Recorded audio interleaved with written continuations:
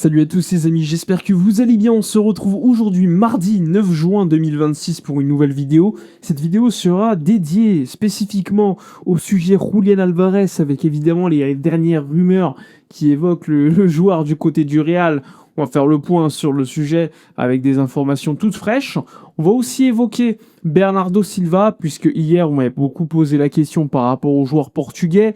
Donc on va revenir évidemment sur toutes ces informations. Il y a également la une de Mundo Deportivo qui évoque une offre venue d'Arabie Saoudite pour Rafinha. Donc là aussi on va en parler. Donc n'hésitez pas à mettre un petit like, à vous abonner, à liker, à commenter et à partager la vidéo. N'hésitez pas à booster, c'est super important pour le référencement de celle-ci. Vous me régalez, ça fait super plaisir. Si vous voulez en plus de cela me soutenir encore plus, n'hésitez pas. Il y a le bouton rejoindre en dessous de la vidéo. Il y a aussi ma chaîne Twitch sur la description, donc n'hésitez pas aussi de me follow là-bas si vous le voulez.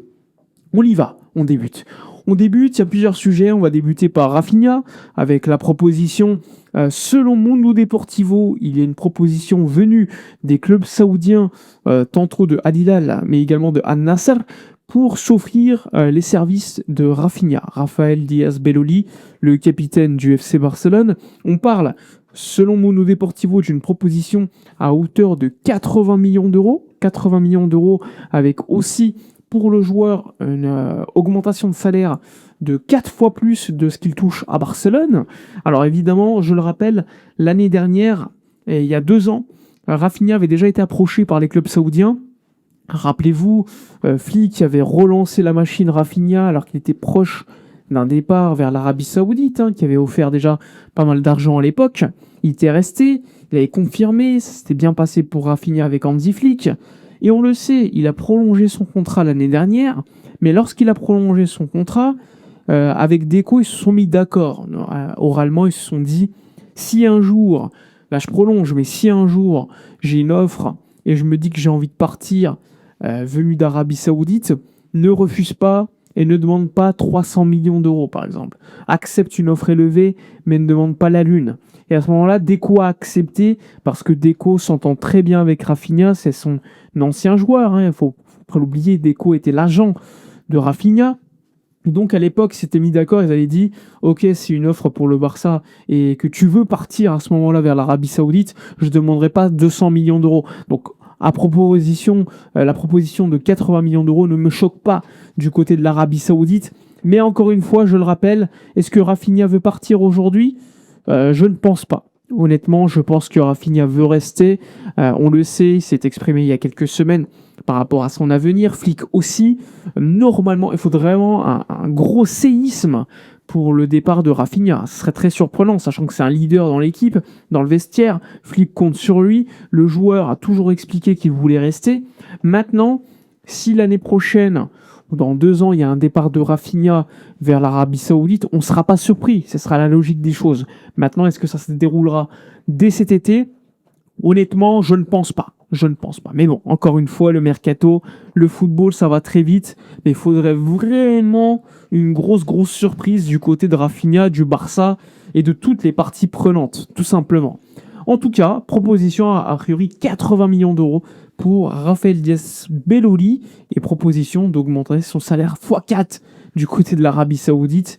J'ai envie de lui dire, bon, l'année prochaine, tu auras peut-être cette offre de nouveau en Arabie Saoudite. Donc aussi, c'est quelque chose que le joueur sait. Et donc, a priori, il devrait rester du côté du Barça.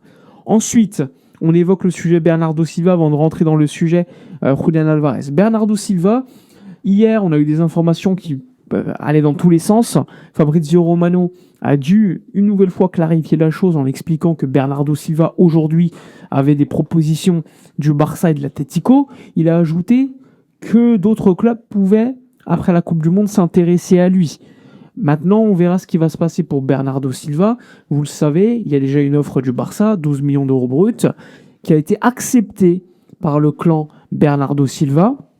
Mais tant que rien n'est signé, tout peut capoter. C'est pour ça que ces dernières heures, on entend beaucoup parler du Real Madrid, mais aussi de l'Atlético de Madrid qui pourrait tout simplement rafler la mise. On se rappelle aussi des propos du joueur qui avait expliqué qu'il irait dans un club où on le veut, tout simplement, où il se sent, on va dire, important. Est-ce qu'au Barça, il serait important ? Je pense que oui, mais il serait un joueur secondaire au milieu de terrain. Alors que dans d'autres clubs, il serait peut-être le titulaire indiscutable. Donc ça aussi, ça peut jouer. En tout cas, l'avenir de Bernardo Silva devrait être décidé après la Coupe du Monde. Et a priori, on en saura beaucoup plus à ce moment-là. Et a priori, compte tenu des déclarations de Bernardo Silva, des dernières infos qu'on peut avoir, ça serait un combat entre les trois gros espagnols. Maintenant, on verra évidemment à ce moment-là dans quel club il irait. Faites vos paris dans les commentaires. Moi, je l'ai déjà dit plusieurs fois, s'il vient, c'est bien pour amener de la profondeur de banc. S'il vient pas, tant pis, c'est pas une grosse perte. Ça reste Bernardo Silva, 31 ans, en déclin, qui est pour moi pas un joueur extraordinaire aujourd'hui. Donc franchement, j'en ferai pas tout un plat. Maintenant, pour le dossier Julián Álvarez. Alors, hier, j'ai reçu des messages de partout. Sofiane, est-ce que tu as vu le Real Madrid va faire une offre pour Julián Álvarez, 150 millions d'euros. C'est de lui que les médias évoquaient. Bref, plein de choses sorties dans la presse. Bon, je tiens à rappeler quelque chose. Il y a, il y a quelques jours, on parlait d'Olysée. Il y a quelques jours, on parlait de Neves, de Vitinha, et maintenant ils sont sur Julián Álvarez. Donc ils ont sorti quasiment tous les noms possibles, et ensuite dès qu'ils tombent dedans, bah forcément, voilà, j'avais raison. Il faut savoir que hier, tu as des journalistes de la Cadena Cope, ils te disent que c'est pas Julián Álvarez, ils te disent que c'est plutôt un Portugais du PSG. Hier, tu as Sky Allemagne qui te parle d'une possibilité que ça soit Julián Álvarez, une possibilité. Ça a été ensuite repris dans tous les médias en disant « Ah, c'est Julián Álvarez, source Sky Allemagne. » Ok. Ensuite, il y a eu un démenti dans la journée de la part de l'agent du joueur auprès de différents médias en disant bullshit, il n'y a rien du tout. Lorsque Fabrizio Romano a posé la question, on lui a dit « No comment ». Est-ce qu'on doit aller beaucoup plus loin que ça ? Oui, on peut se poser la question, parce que le mercato des transferts, on ne sait jamais ce qui peut se passer. La réalité, c'est que le FC Barcelone, comme le Real Madrid, probablement, ils apprécient beaucoup Julián Álvarez. Dans les faits, le Barça a déjà fait une offre à hauteur de 100 millions d'euros qui n'a même pas été refusée, même pas acceptée, même pas répondue de la part de l'Atlético de Madrid. Il y a un accord, encore une fois, je le rappelle, entre le Barça et Julián Álvarez. Le joueur veut venir, et maintenant, a priori, on parle de rumeurs concernant le Real Madrid. Est-ce que le Real Madrid, aujourd'hui, pourrait garantir à Julián Álvarez un poste de numéro 9 fixe comme le Barça, par exemple? Non, parce que le Barça, je le rappelle, a besoin de remplacer Robert Lewandowski. Du côté du Real Madrid, tu as Mbappé, qui joue 9, même s'il peut jouer ailier gauche. Mais ailier gauche, il y a qui? Il y a Vinicius. Est-ce que tu peux mettre Mbappé à droite? Il va jamais accepter. Mbappé, c'est pas un ailier. Il peut plus faire les efforts défensifs si un jour il les a fait. Et pour moi, ça n'a pas de sens. Donc au niveau sportif, ça n'a pas de sens. Mais est-ce que la stratégie en termes de mercato du Real est logique ces dernières années? Non, pas trop. Donc on ne serait pas surpris qu'ils aillent sur lui. Pour autant, est-ce que maintenant l'Atlético irait sur lui? Enfin, accepterait un deal avec le Real? Déjà, vous avez vu comment ils répondent à la proposition du Barça. Alors, à la proposition du Real, je serais énormément surpris que l'Atlético accepte de négocier avec le Real Madrid. Hein. On parle d'un club rival historique. Chaque année, ils font des communiqués de presse pour se plaindre du Real, sur l'arbitrage. Bref, le public ne pourrait pas l'accepter. Encore pire que pour le Barça, je pense. Il ne faut pas l'oublier, nous on est sur les réseaux, etc. On a une vision très française en réalité. Mais en Espagne, il y a une vraie rivalité qui dépasse beaucoup plus ce qu'on peut penser. Rappelez-vous de Courtois, qui est passé par Chelsea, mais qui était initialement à l'Atlético pour aller au Real ensuite. Le mec, il se fait siffler encore aujourd'hui. Alors c'est vrai qu'il y a plus de Real Madrid vers l'Atlético que l'inverse. Tout simplement parce que forcément, quand tu es au Real, quand tu vas à l'Atlético, c'est que forcément tu es dans une situation d'échec du côté du Real. Alors que l'inverse, forcément tu es une star à l'Atlético, c'est plus compliqué d'aller au Real. Ils avaient déjà tenté avec Forlán, avec Kun Agüero, avec Torres à l'époque. Il faut s'en rappeler, hein, Kun Agüero, il avait communiqué devant la presse en disant « Je veux aller au Real. Hein. » Le deal, là, c'était pas fait. C'était pas fait parce que c'est le Real Madrid. Tu peux pas. C'est impossible. Donc ça, c'est évidemment la vision locale du côté de Madrid. Maintenant, est-ce que la rumeur des 150 millions d'euros pour un joueur concerne Álvarez? Moi, perso, j'en sais rien. Pour autant, compte tenu du projet sportif, du projet, on va dire, Real Madrid et économique, et cetera, avec la rivalité qu'il y a avec l'Atlético, je serais vraiment, vraiment surpris qu'un potentiel deal puisse se faire entre ces parties-là. Mais bon, c'est le football, on peut être choqué assez rapidement. Du côté du Barça, maintenant, c'est ce qui nous intéresse quand même le plus. Le Barça aujourd'hui est dans une situation où la proposition a été faite du côté de l'Atlético, une proposition qui n'a même pas été répondue. Je le rappelle, encore aujourd'hui, la stature de l'Atlético au niveau des médias, c'est que le joueur est invendable. C'est-à-dire qu'il y a une clause de 480 millions d'euros. Si vous le voulez, c'est la clause, sinon nada. C'est plutôt les médias, on va dire, étrangers qui te disent qu'à partir de 150, l'Atlético pourrait négocier et parler. En réalité, pour moi, il est très très peu probable de voir Julián Álvarez déjà partir à l'étranger. Pour des raisons personnelles, il vient d'être père, je l'ai expliqué plusieurs fois, et aujourd'hui sa priorité reste Barcelone. Hein. Rappelez-vous, Fabrizio Romano avait confirmé un accord, que sa priorité c'était le Barça, malgré les intérêts d'Arsenal, Paris, etc.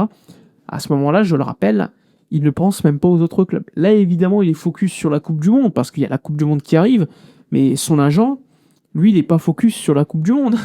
Il est focus sur une potentielle opération et sortir le joueur de l'Atlético. Alors la stratégie, elle était simple. Hein. On va baisser les tensions avec, entre les deux clubs. Stratégie assez logique. Hein. C'est pour ça que vous entendez beaucoup moins de rumeurs sur les différents médias. Le Barça ne veut pas s'embrouiller avec l'Atlético de manière publique. Maintenant, l'Atlético a une posture officielle qui est logique, celle de protéger sa star. Parce que imaginez le projet, là, ils vont vendre Sorloth à la Juve. Si en plus tu perds Julián Álvarez sans l'avoir remplacé avant, c'est compliqué en termes de projet.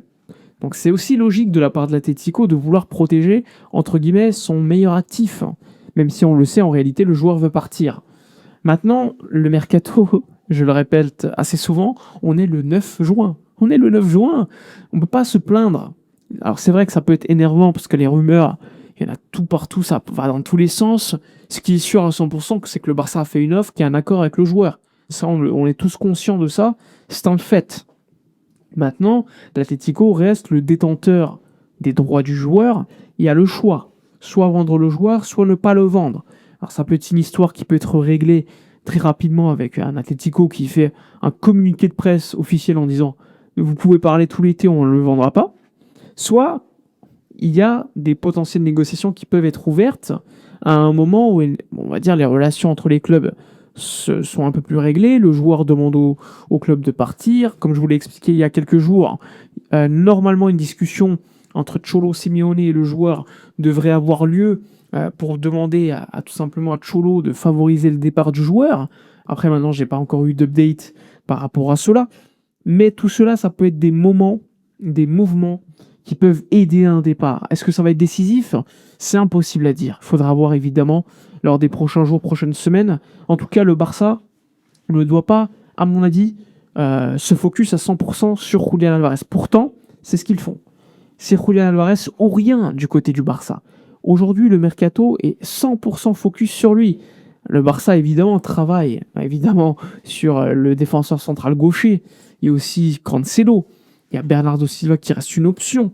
Mais pour l'instant, tout est au focus sur Álvarez. Parce que Álvarez est cher. Et si tu ne fais pas Álvarez, tu as un budget, entre guillemets, mercato plus élevé. Et je le répète suffisamment de fois, mais je vais le répéter une dernière fois. Le Barça, l'année prochaine, aura peut-être une limite salariale inférieure, avec le retour à Montjuïc en 2027. Donc, tu dois faire un mercato pour deux, quasiment. Tu dois faire deux mercatos, là, en un. Et tu peux pas te permettre, l'année prochaine, de pas avoir de neuf. Tu peux pas te permettre. Si tu prends pas de neuf là, l'année prochaine, tu n'auras peut-être pas la limite salariale pour te faire un neuf, une bonne fois pour toutes. Donc, c'est peut-être maintenant ou jamais. Et c'est peut-être pour ça que le Barça, aujourd'hui, se focus vraiment sur Álvarez, quitte à proposer beaucoup d'argent. Alors, évidemment, on verra ce qui va se passer à ce moment-là, mais on ne l'oublie pas. Nous sommes le 9 juin, compétition Coupe du Monde oblige, on est focus aussi sur ce qui se passe au niveau national, les blessures, etc. Forcément, ça va se décanter à un moment donné, que ce soit pour le bien ou pour le mal concernant le mercato du Barça. Mais il faudra penser à d'autres pistes si le deal n'avance pas une bonne fois pour toutes. Voilà, voilà ce qu'on peut dire sur l'actu du FC Barcelone. N'hésitez pas dans l'espace commentaire à donner votre avis, à liker, commenter, partager, booster la vidéo. N'hésitez pas à soutenir tout cela en cliquant sur rejoindre en dessous de la vidéo. Nous, on se retrouve demain pour une nouvelle vidéo et d'ici là, comme d'habitude, portez-vous bien.